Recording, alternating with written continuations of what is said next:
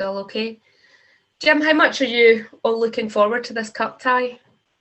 Well, we're all, yeah, obviously really looking forward to it. It's a great opportunity to get through to the quarter final, but by no means will it be an easy game.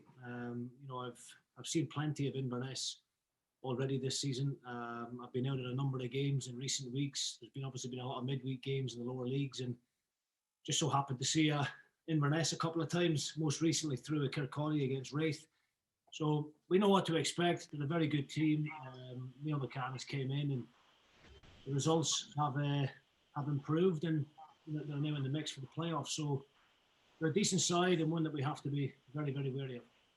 Is there an added incentive now that the draw has been made and you know that one side of the Old Firm has to go out this weekend? Yeah, I mean, look, we were delighted to miss out on the big boys. Obviously, the draw in recent years hasn't been all that kind to us at this stage. So to avoid, the Old Firm and Aberdeen and Hibs obviously is a bonus, but that doesn't mean that we think the Inverness game is an easy game. But I don't think Neil McCann would mind me saying it is a slightly easier game than having to go to Ibrox or Parkhead. So yeah, it's great for everybody, I think, to know that one of those two teams are going to be out in the next round. And obviously we've got Kilmarnock or Montrose waiting in the quarter final if we can get by Inverness. So the incentive is there for the players, and we've already tasted that semi-final. We've already had that day out at Hampden, and we'd very much like to try and go one step further this time round.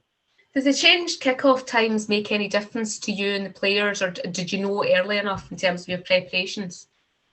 No, well, we only found out yesterday. Was it yesterday? Got confirmed. No, sorry, beg your pardon. It was Monday afternoon. It got confirmed, and yeah, it is a bit of a short notice. There's no doubt about that, because we had to change the working week. Normally we would give the boys the Wednesday off, so we had to give them the Tuesday instead. We're in today training. We'll train tomorrow. Our preference would have been for an early kick-off on the Saturday, but obviously, that would have been not ideal for Inverness, shall we say? With the expense of having to stay over in Glasgow on a Friday night, or obviously leaving Inverness at a ridiculous time. So, no, I think Friday night was probably the best of the two options. Friday evening or Saturday evening. I think had a good chat with the players and the staff, and we all agreed that Friday evening was the best of the two. Just finally from me, Jim, I suppose you're hoping you'll be in the dugout on Friday night. I know you've got the SFA hearing tomorrow as well. Yes, I think I will be. I think whatever punishment comes my way, I would imagine to be for the league. I think that's normally the way it works. But yeah, we'll see what the outcome of that is. Emotions ran high after the game at Hamilton, as you can imagine, and said one or two things I probably regret now. But yeah, it is what it is. At the end of the day, we're all emotional at times, and that was a very disappointing day for us. So hopefully they'll accept my apology, and whatever comes my way, I'll need to accept that. You hoping they'll be lenient, Jim? No, I'm not hoping for any leniency. No, I mean, I'm just hoping that I'll get treated the same way as what everybody else gets treated. I think Stephen Gerrard had a similar thing at Livingston. One or two other managers have obviously been cited recently as well. I think Brian Rice and John Hughes have been called up as well for comments that they've made. So, yeah, I mean, unfortunately, that's the world we live in. As managers, we need to accept whatever decisions come our way, rightly or wrongly. And, you guys in the media like sound bites, and you like us to give you our honest and frank opinions and answers to your questions at the end of the game. But I think the fact that Brian Rice and John Hughes have been called up in front of the SFA, I think suggests that we're probably not allowed to do that. So, yeah, you'll just get the usual boring, mundane answers to the questions that you ask, unfortunately. No, you're fine. But do you not think, obviously, as you said, there's now a couple of managers who have done that. Do you think there maybe have to be some leniency from those in power, though, that, it is people's livelihoods on the line here when we're talking about relegation battles and stuff, and sometimes people can just, get caught up in the moment? Yeah, definitely, I do.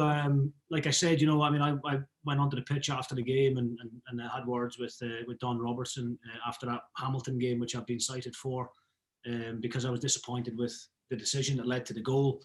In hindsight, looking back on it now, it wasn't just Don Robertson's fault. Obviously, the free kick I didn't agree with, and I still don't agree with now. But it was our fault as a team for not being organised enough to deal with the cross coming in the box. So, as I said, sometimes emotions do get the better of you, and you say and do things that later on, when everything calms down, you sometimes regret. We're only human at the end of the day. There is a hell of a lot at stake for everybody. Every club, every manager, every group of players out there are fighting for different things. And I just hope that the powers that be understand that. And if there are some football men or women who are on the panel who have had an experience in the game, then I'm pretty sure they'll realise the situation that we're all in. You'll be obviously, like you say, hoping for the most favourable outcome possible, but you mentioned consistency there, Jim, and how important is that in terms of we've heard it before, Stephen Gerrard again has said about consistency from the SFA. How important is that in terms of a standard though? Look, I don't really want to, I feel as if I'm talking about officials and the SFA and SPFL every other week, and I'd rather not be, to be honest. I'd rather be talking about the good performances of my team and the young players in the team. But very quickly on this, of course, we all just want consistency across the board, and that's on a match day with decisions that referees make, and obviously when it comes to the compliance officer or the powers that be, we want everybody to be treated the exact same. So we'll see what the outcome is. I've apologised for what I said at the time, and my disciplinary record since being a manager in the 4 years that I've been a manager has actually been all right. I've never been suspended before, so hopefully that will stand me in good stead. It's not I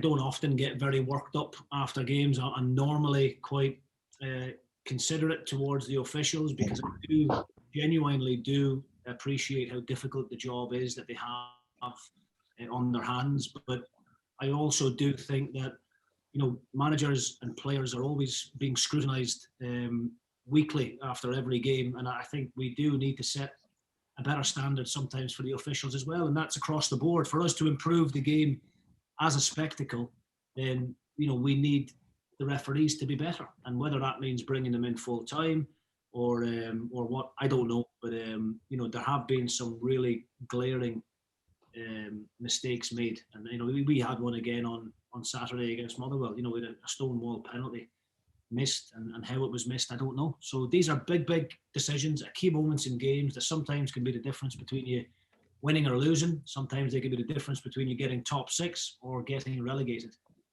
We know they're honest mistakes, but we need to try and improve.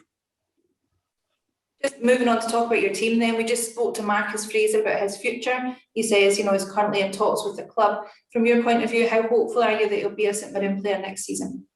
Marcus has been a really, really big player for us this season, and he was out of contract, obviously, got released by Ross County, and we were really surprised that there wasn't more teams in for him, to be honest. So we were delighted to get him in at that time.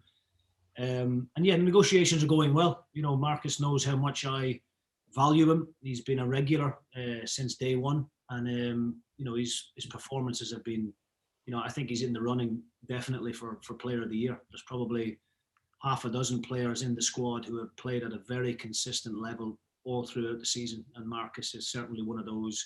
Not only is he a good performer on a match day, but his attitude, his professionalism Monday to Friday during the week is exceptional. He's a great example to some of the younger players. He's only a young fella himself, he's 26, 27-year-old, but very mature, really well liked within the dressing room. He knows when it's time to have a bit of fun, and he also knows when it's time to knuckle down and get the serious head on, and that's what I like about him, and that's why we're trying to keep him here.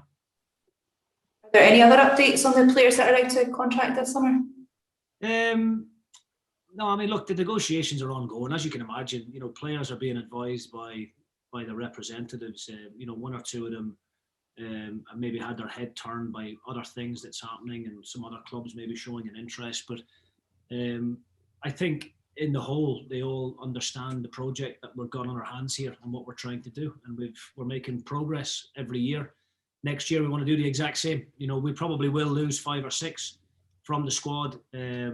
but we want to add 5 or 6 real good quality ones to it as well. So, you know, it's part and parcel of the game. Obviously, I want to try and get my business done as soon as possible. I'm not one of these managers that likes things dragging on into pre-season. I don't mind waiting on 1 or 2 deals to be done during pre-season, but when we come back on the 17th of June for our first day of pre-season, I want to have 95% of the squad ready and available. How's your squad looking for Friday night? Yeah, we're not too bad. John Obika is touch and go. We're not sure whether the big man will be ready in time for Friday night. He had a slight groin strain. That's why he missed out in the Motherwell game. Ryan Flynn, unfortunately, pulled up just before half-time in the Motherwell game. We got the results of his scan back this morning, and that looks like a hamstring strain, which is probably going to keep Flinney out for the best part of 3 weeks, possibly even 4 weeks. So it's a shame for Flinney, because he's another one who's been waiting patiently for his opportunity, and I thought he was having a really, really good game against Motherwell, and unfortunately he's going to have to miss out now as well. Quainer's getting closer. Eamon Brophy is getting closer as well, and yeah, other than that, everybody's good. I know you said about Quainer and Brophy a few weeks ago that perhaps you'd seen the last of them this season, but you're hoping for Christian Dennis-esque recoveries from them. Yes, well, you know, Eamon is chomping at the bit to get back. The problem we've got with Brophy is that you need to wait for the bone to set properly. You know, and if we do rush him back a couple of weeks early, then we run the risk of something happening again, and then it prolongs the whole rehabilitation period again. So, you know, I keep saying it, you know, without blowing smoke up my physio's backside, but he's very, very good at his job, and he is in the habit of getting boys back a lot sooner than what would be anticipated. So, you know, Eamon is not a tentative type. You know, as soon as he's ready, he'll let us know. But I would like to think that probably by the end of next week, he'll be joining in with the group to do warm up and passing and maybe a little bit of possession, in the hope that he might be in the squad for the Hamilton game.